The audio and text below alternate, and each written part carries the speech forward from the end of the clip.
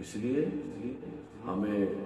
شرک نہیں کرنی چاہیے، اور اللہ وحدہ لا شریک کی ذات کی جو عبادت کر رہے ہیں صرف اسی کے لیے ایک دم مخلص ہو کر کے عبادت کرنا چاہیے۔ اور ہم آپ کو چاہیے توحید کو مضبوطی سے کر لیں، اور اس کے نبی صلی اللہ تعالی علیہ وسلم کے دامن کو، عشق و محبت کے دامن کو بھی ہمیں مضبوطی سے پکڑ لینی چاہیے اور تھام لینی چاہیے۔ آپ صلی اللہ علیہ وسلم کے شان میں کوئی گستاخی نہ ہو، اور زیادہ تر کوشش کریں، جو میرے بیان کرنے کا مقصد یہی ہے کہ جو مہینہ حضور صلی اللہ علیہ وسلم کا ہے، تو ہم آپ کو بھی چاہیے کہ ہم حضور صلی اللہ علیہ وسلم کے لیے چاہیے، حضور صلی اللہ علیہ وسلم نے امت کے لیے کیا نہ کیا۔ مثال کے طور پہ آپ ہمارے والدین سلسلہ جاتا رہتا ہے، جب گزر جاتے ہیں تو ان کا جو بھی وراثت میں ان کے وارث کو ملتا ہے، ان کے وارث اپنے والدین کے لیے اور اپنے مرحومین کے لیے ایصال ثواب کا سلسلہ اللہ نے قائم رکھا ہے۔ جیسا کہ شعبان سے جو شروع ہو جاتا ہے، تو ہم آپ کو بھی چاہیے کہ ایصال ثواب کریں۔ تو اسی طرح ہمارے نبی صلی اللہ علیہ وسلم ہم پر ان کا بہت احسان ہوتا ہے، تو ہم آپ کو چاہیے ان سے عشق محبت پیش کریں۔ پیش کرنے کا کیا مطلب ہے؟ سب سے پہلے تو آپ نماز قائم کر لیں۔ روز محشر کی جا گداز ہوا اولی پرشش نماز، حشر کے میدان میں سب سے پہلے نماز کی باج پوش ہونا، اس لیے ہم آپ کو چاہیے نماز کو پابندی سے پڑھیں اور اس میں دکھاوا نہ کریں، صرف وعدہ شریف۔ اور یہ مہینہ جو ہے شعبان المعظم حضور صلی اللہ علیہ وسلم کا ہے، تو ہم آپ کو چاہیے کہ حضور صلی اللہ علیہ وسلم کے لیے ان سے محبت کے لیے درود شریف کا جو اللہ تعالیٰ نے نظام رکھا ہے، کم سے کم 1000 بھی ایک دن میں درود پڑھ کے سنیں، خواہ صلی اللہ علیہ وسلم ہی کیوں نہ، کم سے کم آپ 1000 مرتبہ اس شعبان المعظم میں آپ پڑھ کر کے اپنے نبی سے عشق کا ثبوت پیش کریں۔ جیسا کہ حدیثوں میں آتا ہے، آپ 1 مرتبہ درود شریف پڑھیے گا تو اللہ تعالیٰ 10 رحمتیں نازل اور 10 گناہ معاف کر اور 10 درجات بڑھا۔ اب آئیے قرآن کریم میں درود شریف کے لیے اللہ کیا فرماتا ہے؟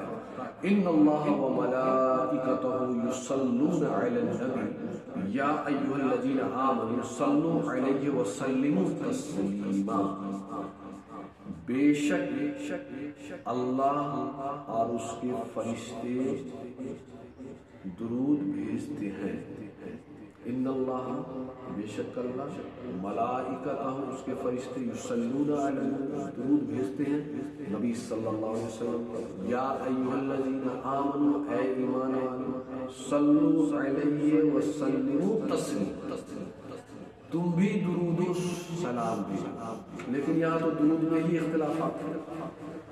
تو ہم آپ کو چاہیے کہ آپ جس جماعت سے ہو کوئی دقت نہیں ہے، لیکن آپ کو نبی سے محبت کرنا پڑے۔ محمد کی غلامی دین حق کی شرط اول ہے، اسی لیے ہو اگر خالی تو سب کچھ نہ ہو۔ اگر حضور صلی اللہ علیہ وسلم کی شان میں یا آپ یوں سمجھ لیں کوئی ایسا فیض یا کوئی ایسی بات ہم بول رہے ہیں اور کر رہے ہیں، اگر حضور صلی اللہ علیہ وسلم ہوتے تو کیا وہ خوش ہوتے؟ یہ فرمولہ میں آپ کو، اگر آپ کا دل کہے نہیں تکلیف ہوتی تب ایسا فیل نہ کرے۔ تو آپ اپنے نبی صلی اللہ علیہ وسلم سے عشق و محبت کا ثبوت دیں، اور اس مہینے میں سب سے زیادہ آپ درود شریف پڑھیں،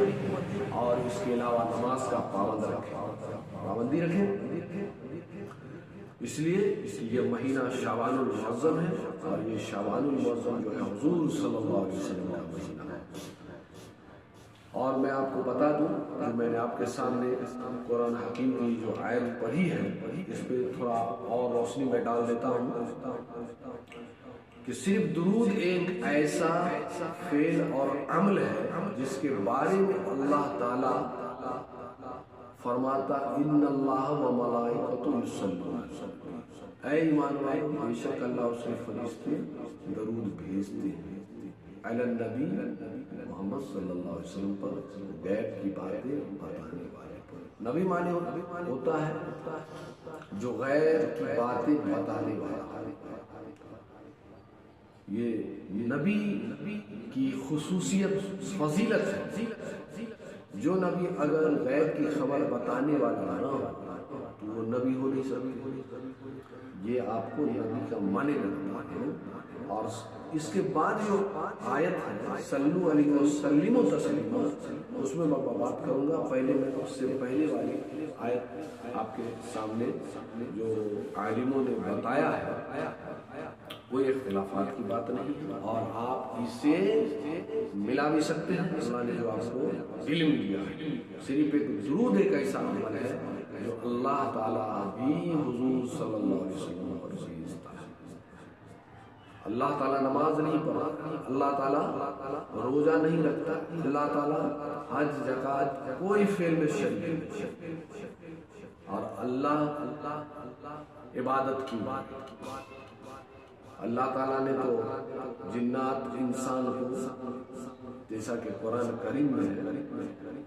وما خلقت الجن والانس الا لیعبدون، میں نے جنات انسان کو صرف اپنی عبادت کے لیے پیدا کیا ہے۔ لیکن ایک درود شریف ایک ایسا عبادت ہے جو اللہ تبارک تعالی خود پڑھتا ہے، تو اس بات کو ہم لوگوں کو غور و خوض کرنے کی ضرورت ہے، لیکن ہم آپ لوگ ہیں تو اس کو ہلکے میں لے رہے ہیں۔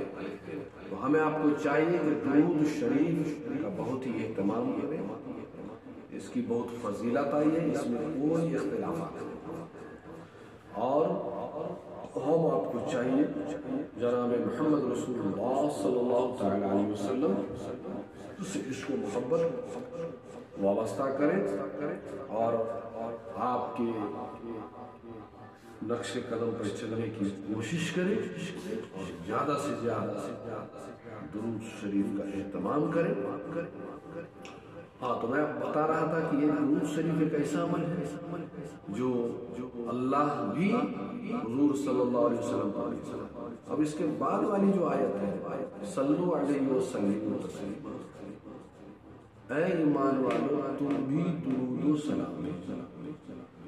اب اس میں جو آیت ہے صلو علیہ وسلم تسلیما، صرف یہ نہیں ہے یا ایھا الذین آمنوا صلو علیہ وسلم تسلیما، اس پہ تو بہت سارے ایسے مسلمان ہیں جو بات ہی نہیں کرتے، جو سلام کا سسٹم چلتا ہے، آپ جیسے ہو، بیٹھ کے ہو، کھڑے ہو کر کے ہو، آپ اگر حضور صلی اللہ علیہ وسلم کے روضہ اقدس پہ جائے تو وہاں آپ سلام قرآن میں، لیکن بہت سارے ہمارے مسلمان بھائی ہیں جو اس آیت پہ پہنچتے ہیں، لیکن ان کا دل کا آنکھ بند ہو چکا ہے، دل کا تو بہت شرم کی بات ہے۔ ہم آپ کو چاہیے آپس میں محبت و اتحاد سے رہیں، اختلافی مسئلہ جو ہے امت کے لیے رحمت ہے، اس لیے کہ کہیں یہ بھی ہے حدیث میں یہ آپ پہ عمل کریں۔ مثال کے طور پر حدیث میں آتا ہے، ایک حدیث میں ایک ہاتھ سے مصافحہ کرنا، ایک حدیث میں آتا ہے دو ہاتھ سے مصافحہ کرنا، تو اب یہ عقل بتاتا ہم آپ کو چاہیے کہ دو ہاتھ سے مصافحہ کرنا چاہیے، اس لیے کہ دو ہاتھ سے اگر ہم مصافحہ کریں گے تو اس میں ایک ہاتھ سے جو مصافحہ کرنے کا وہ بھی سنت ہے، اور اگر ایک ہاتھ سے مصافحہ کریں گے تو دو ہاتھ مصافحہ کرنے کا سنت ہے وہ ہم سے چھوٹ جائے گا۔ تو ہم آپ کو چاہیے درود بھی پڑھیں، سلام بھی پڑھیں، اور جو بھی اختلافات ہیں وہ اپنی جگہ ہے، آپس میں تفرقہ نہ کریں، آپس میں میل محبت و اتحاد سے رہیں۔ بس حدیث میں یہ آیا ہے سنت والجماعت بن کر رہے وانا اصحاب الکہف سے۔ اللہ تعالیٰ سے دعا ہے اللہ تعالیٰ ہمیں فرقہ بندی سے محفوظ فرمائے، آپس میں میل محبت و اتحاد عطا فرمائے، اور اس مہینے کی ہمیں زیادہ سے زیادہ اہتمام، عزت و اکرام اور حضور صلی اللہ علیہ وسلم پہ درود پڑھنے کی توفیق رفیق عطا فرمائے، آمین وما علینا من البلاغ المبین۔